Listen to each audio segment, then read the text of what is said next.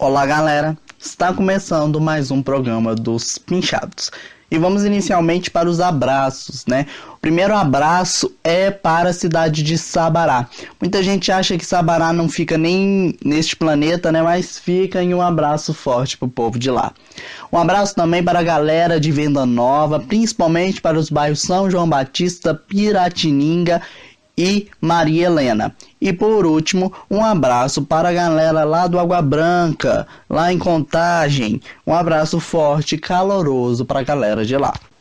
O programa de hoje vai tratar de um assunto bem sério, que é os problemas ambientais da Lagoa da Pampulha.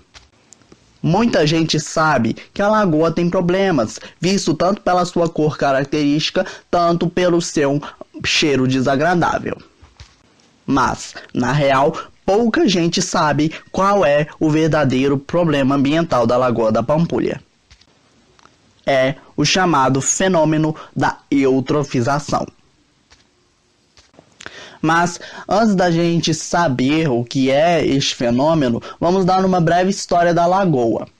A Lagoa da Pampulha é uma lagoa artificial e foi criada no governo do prefeito Otacílio Negrão de Lima para sanar os problemas de abastecimento da água da cidade. Em 1938, foi inaugurada a barragem da Pampulha, com uma avenida pavimentada em seu entorno, na época chamada de Avenida Getúlio Vargas, que foi alterada em 1968 para o nome do fundador dela, em homenagem a tal. Ou seja, atualmente a avenida chama-se Avenida Otacílio Negrão de Lima. Além de ser importante para o suprimento de água da cidade, ela também foi fundamental para que o aeroporto da Pampulha fosse implantado, pois possibilitou o escoamento da água no local onde seria construído.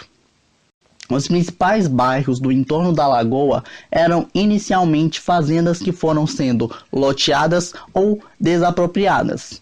No final do século XIX, época de fundação de BH, já havia naquela região o Arraial da Pampulha. Com um complexo de cultura, arte, turismo e lazer, pensado pelo presidente JK, em 1943, a região foi ocupada pela mais nobre classe da sociedade belo-horizontina. Ademais, a barragem precisou ser reconstruída entre os anos de 1955 e 1958. Em 1954, começaram a ser relatados os primeiros testemunhos de vazamento de água. A água vertia com mais força que o esperado e o fluxo já era visível até mesmo para os olhares mais desatentos. Em 2016, o complexo arquitetônico moderno da Pampulha ganhou o título de Patrimônio Cultural da Humanidade pela Unesco.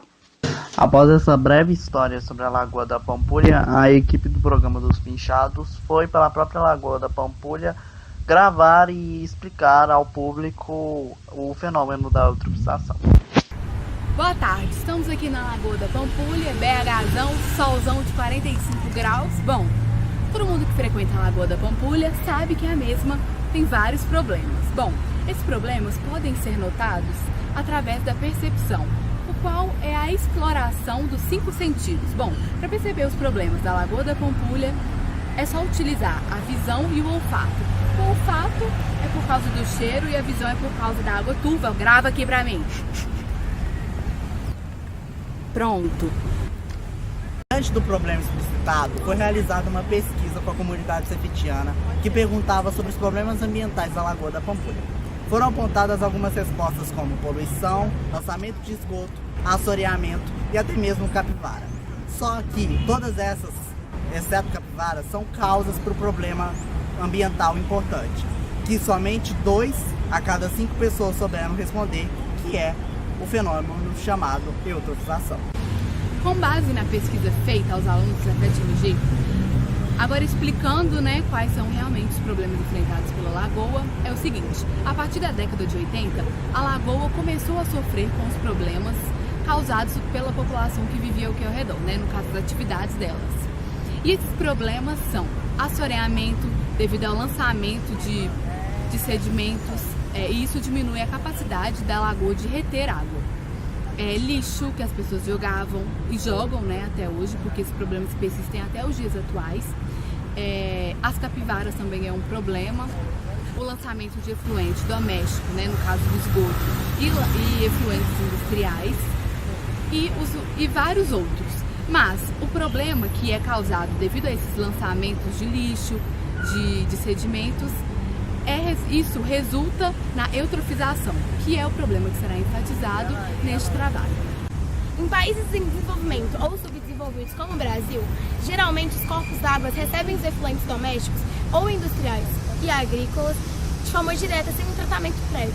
Dessa maneira, grande nível de poluente e matéria orgânica é jogada no corpo d'água, que fica dessa maneira saturado de nutrientes. Essa é uma das principais causas para a ocorrência da eutrofização artificial, que é o caso da Lagoa da Pampulha, que acontece muito de jogar efluente doméstico e até mesmo industrial aqui na lagoa.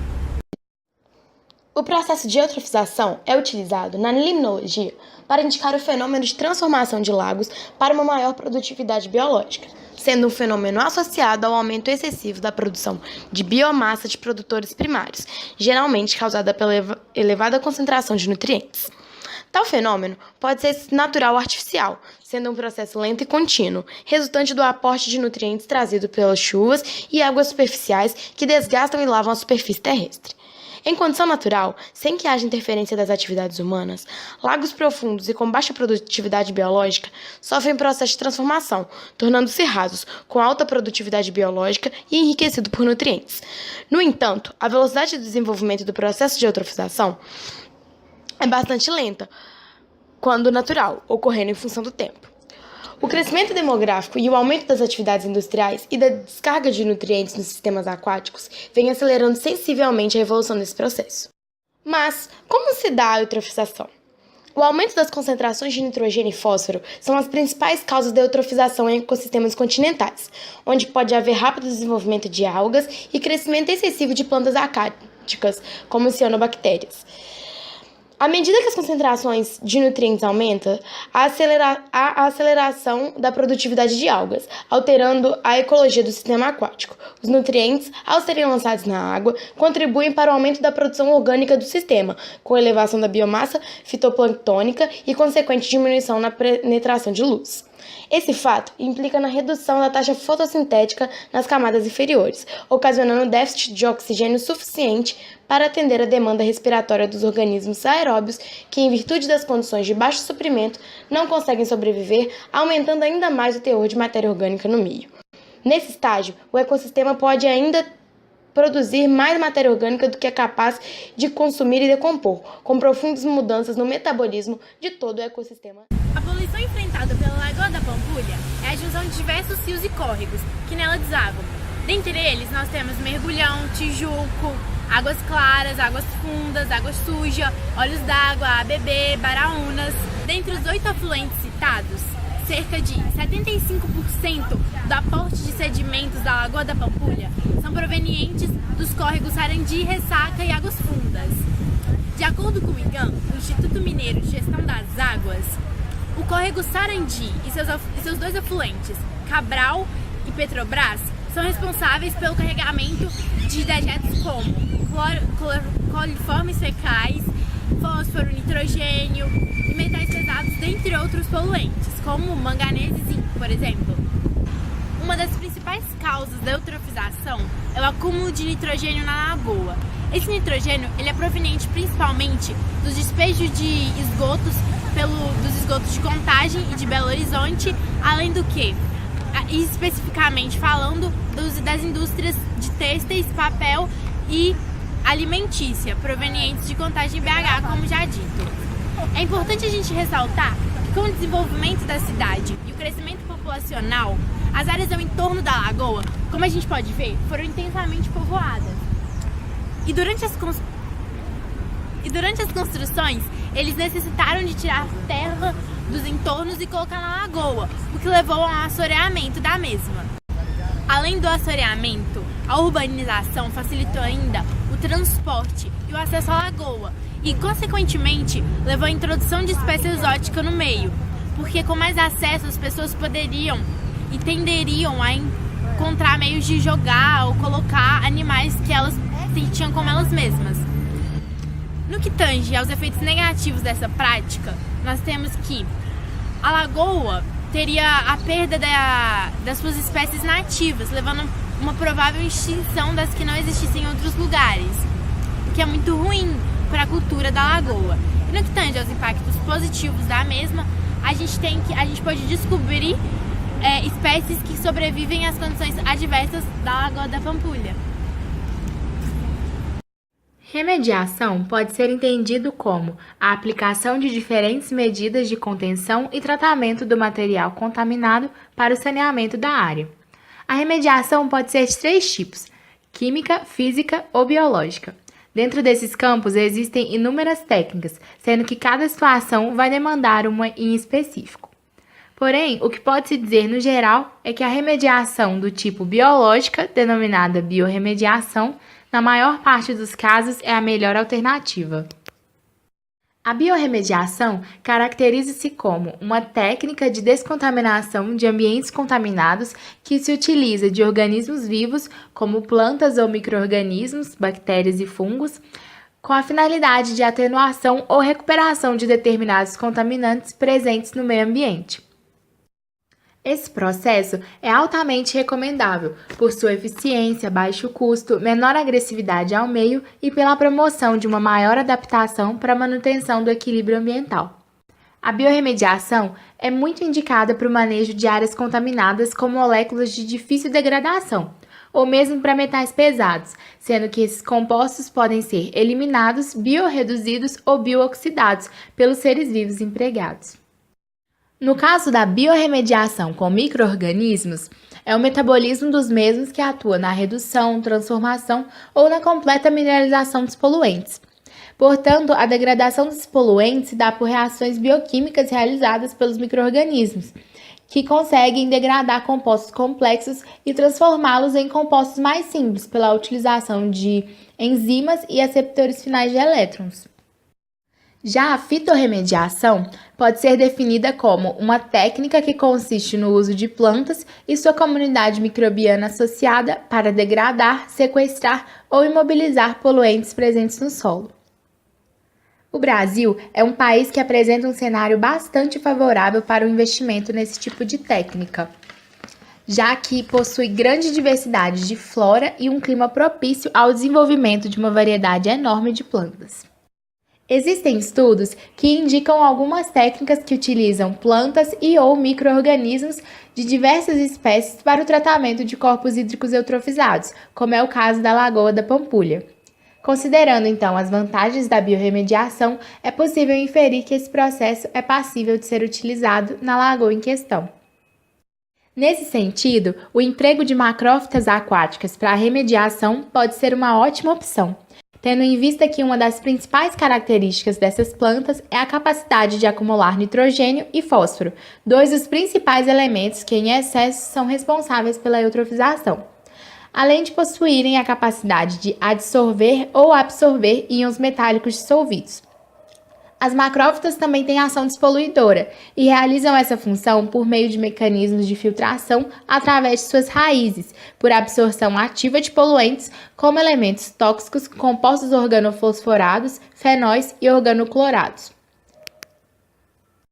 Dentre as formas biológicas de macrófitas aquáticas, as flutuantes desenvolvem-se sobre a superfície da água e suas raízes retiram os nutrientes diretamente da coluna d'água, caracterizando-se por crescer mais vigorosamente em ambientes eutrofizados, e neste caso, sua biomassa se torna um importante compartimento dos nutrientes do meio. Dentre as macrófitas flutuantes, destaca-se a espécie Enchornia crassipes, que é conhecida popularmente como aguapé. Esta macrófita aquática possui grande capacidade de retenção de nutrientes, metais, sedimentos e, por esse motivo, é uma espécie considerada despoluidora de água. Estudos demonstram que a aguapé apresenta considerável potencial fitoextrator, sendo que, no monitoramento de um lago eutrofizado tratado com a espécie, ocorreu o desenvolvimento das plantas, e em 60 dias, a mesma aumentou 2,6 vezes a concentração de nitrogênio e 1,8 vezes de fósforo em sua biomassa. Outra macrófita indicada para uso na fitorremediação é a Typha dominguensis, popularmente conhecida como taboa. Em contrapartida, devido à acelerada taxa de reprodução dessas macrófitas, essas espécies podem gerar um desequilíbrio no ecossistema aquático, causando infestação, sendo necessário um conhecimento prévio sobre a biologia e ecologia das macrófitas aquáticas para que assim se promova um manejo adequado do corpo hídrico remediado, de modo que seus usos não sejam prejudicados. Além disso, no caso de aplicação de técnicas com macrófitas, deve ocorrer uma manutenção periódica no local em que elas forem empregadas. Oh, você saiu pelo outro lado. Pensei que você ia sair pra cá. Não, ele tem teia de aranha. A poluição enfrentada pela Lagoa da Pampulha Não, deu ruim aqui com o zoom. com a povoação do povoamento. Errei. Saiu? Sou vegana, mas não é pra tanto. Tô brincando, Sou vegana. Sou vegana. É, o povo fala tanto que eu sou vegana que eu já tô quase falando que eu sou vegana. Sou vegano. Não posso te matar, mas sai. Dá licença. Pode ir? Tchau! Ali o Vinícius. Oh, meu Deus, menino bom. Ó, eu mandei ele do acho que uma pessoa que era pra ele, não. Ele olhou mesmo. Valeu, tio. Na gravação